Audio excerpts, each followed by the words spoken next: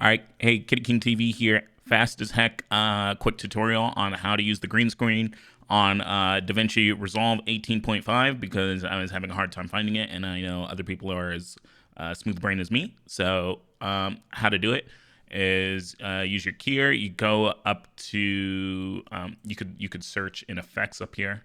Click on effects, search keyer, drag 3D keyer onto the green screen, and then it'll pop up on this side under effects. You go over here, but none of the stuff works. And all the other videos were saying, click over here, but I couldn't see it because I'm smooth brain and I don't know how to edit. So what you got to do, if you're stuck on this page right here, on the very bottom, you click on this right here, edit, and I'll send you this page.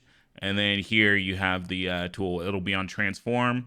You just select open FX overlay, and then you could use your green screen. So you click this little plus right here and just click on the green screen, and it'll work from there. So into the okay. All right, thanks. Hopefully this helps somebody. Yeah.